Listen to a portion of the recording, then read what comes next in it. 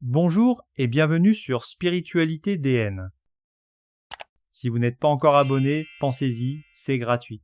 N'oubliez pas non plus de liker la vidéo, ça ne vous coûte rien, mais ça m'aide énormément. Cela permet à d'autres personnes de découvrir mes contenus et de trouver des réponses à certaines de leurs questions.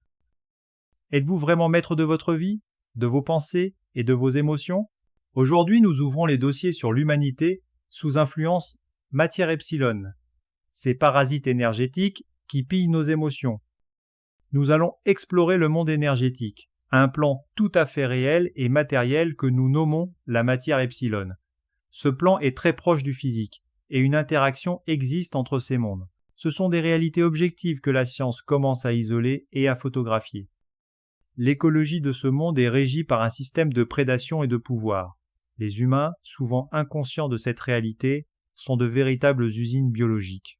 Ces parasites subtils cherchent à nous mettre en culture pour se nourrir de nos émotions, qu'il s'agisse de peur intense, de souffrance ou même de dévotion. Notre ignorance du phénomène fait de nous des victimes. Dans cette vidéo, nous allons décrypter les mécanismes du mensonge et les signes de la possession subtile, qu'il s'agisse de leaders charismatiques ou de pratiques spirituelles douteuses. Notre objectif est de vous armer du discernement nécessaire pour vous libérer de l'influence parasitaire, retrouver votre autonomie et mobiliser votre pouvoir personnel. Pour comprendre les interactions avec le subtil, il est essentiel de saisir la nature de l'environnement dans lequel elles se déroulent. Ce monde n'est pas une simple construction mentale, mais une réalité matérielle régie par ses propres lois. Le monde énergétique est composé d'un état de la matière différent de celui que nous connaissons solide, liquide, gazeux. Nommé matière epsilon par l'explorateur de la conscience Mark Oburn, cette substance possède des caractéristiques uniques. Elle est matérielle, elle n'appartient pas au monde purement spirituel. Elle possède une faible inertie, mais une inertie tout de même, ce qui la distingue des plans de conscience supérieurs. C'est la substance constitutive des mondes énergétiques et des corps des créatures qui y vivent. Hypothèse scientifique, Mark Oburn suggère que la matière epsilon pourrait être une candidate crédible pour la matière noire recherchée par les astrophysiciens. En effet, les scientifiques constatent qu'environ 90% de la masse nécessaire pour expliquer la cohésion des galaxies est manquante car invisible à nos instruments. L'omniprésence de la matière epsilon dans l'univers pourrait expliquer ce déficit. La matière epsilon n'est pas une simple curiosité cosmique. Elle est indispensable à toute forme de vie biologique sur Terre, qu'il s'agisse des plantes, des animaux ou des humains. Un corps biologique, en lui-même, doit être compris comme une matière inerte, un simple morceau de bois. Il ne prend vie et ne s'anime que grâce à son association intime avec cette substance énergétique. À l'instant précis où il perd 100% de sa masse de matière epsilon, il meurt instantanément, retournant à son état inerte. Bien que subtile, l'existence de cette matière a été mise en évidence par des approches scientifiques. L'effet Kirlian, cette technique photographique à haute tension, a révélé des phénomènes inexpliqués par la physique conventionnelle. L'expérience la plus célèbre est celle de la feuille d'arbre coupée. Même après avoir retiré la moitié de la feuille, la photographie Kirlian montre une image fantôme de la partie manquante. Ce phénomène ne peut être expliqué par un simple effet couronne, qui est une décharge électrique, et suggère la présence d'une structure matérielle énergétique qui persiste après la séparation physique. Les études par IRM, des travaux menés au Brésil, notamment par l'International Academy of Consciousness, ont permis de visualiser et de filmer l'énergie. L'énergie projetée près d'un sujet modifie le spin des particules, ce qui la rend visible sur un appareil d'imagerie par résonance magnétique. Ces expériences ont démontré objectivement que l'énergie peut être contenue dans une bouteille d'eau et qu'elle interagit avec le monde physique.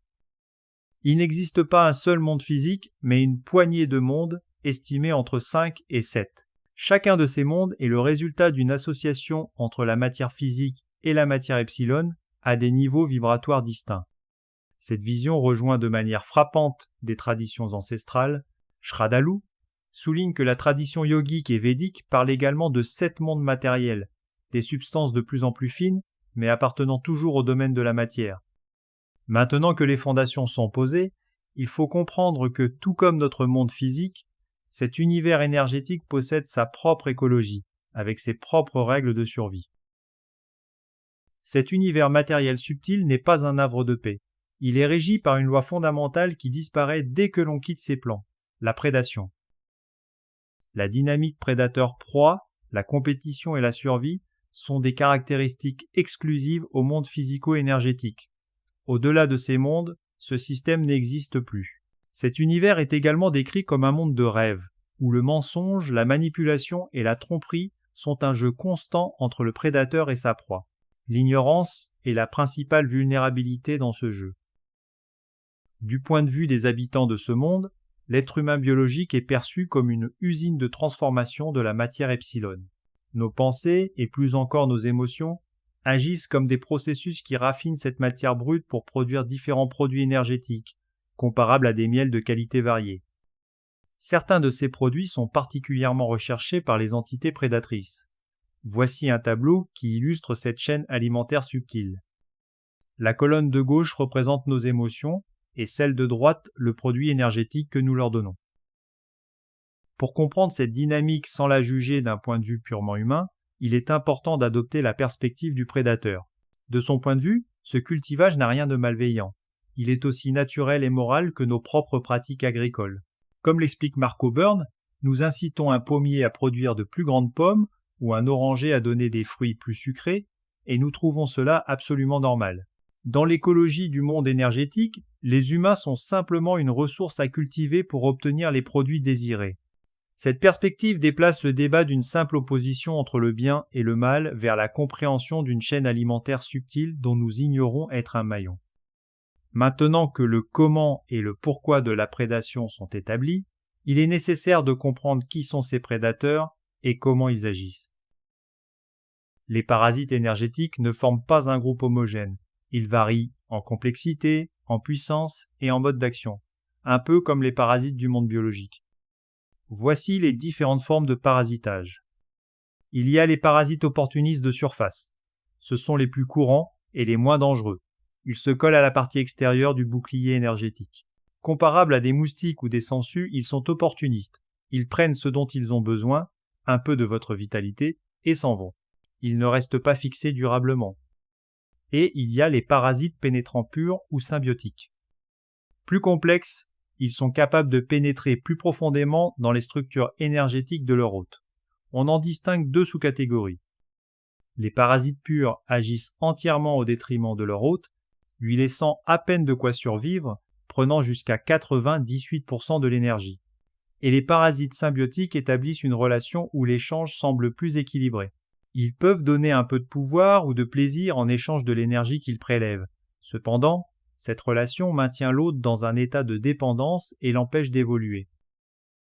Pour atteindre leur fin, les parasites intelligents déploient des stratégies de manipulation redoutables, particulièrement efficaces sur un humain ignorant, les dormeurs, comme les nomme Marco Byrne. Ils peuvent lire l'intégralité de notre champ d'énergie, notre passé même oublié, nos pensées actuelles, nos peurs, nos désirs, nos faiblesses. Cela leur permet de nous donner exactement ce que nous attendons, une information, une preuve, une flatterie.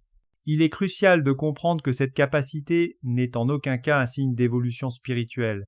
C'est une compétence de base dans les mondes énergétiques. Leur corps étant de nature énergétique et plastique, ils peuvent prendre n'importe quelle apparence en lisant notre esprit.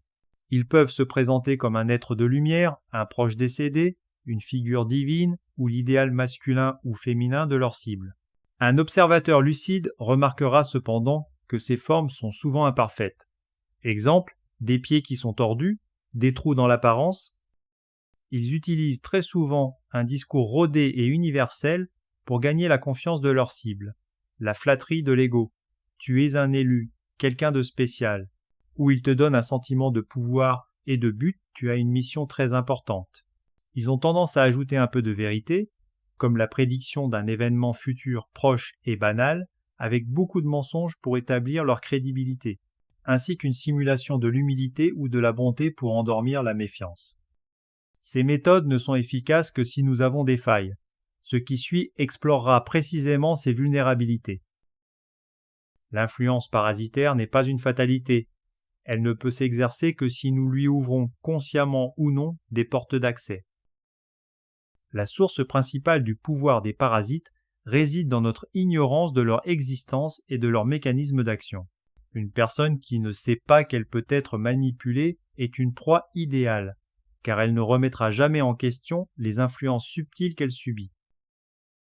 Au-delà de l'ignorance, certains comportements et états d'être créent des brèches béantes dans nos défenses naturelles. La prise de drogue et l'abus d'alcool sont des substances psychotropes qui déchirent littéralement les protections énergétiques naturelles qui sont le champ d'énergie et l'aura. Les conséquences, une personne sous leur influence devient semblable à un médium sans aucune défense, une porte ouverte aux entités du bas astral. Le parasite entretient ensuite l'addiction pour maintenir sa proie vulnérable. Pour les pratiques occultes non maîtrisées comme le spiritisme pratiqué avec une planche de Ouija, la magie blanche ou noire, l'alchimie ou le chamanisme créent des associations voire des contrats avec des entités énergétiques en échange d'un pouvoir ou d'une connaissance.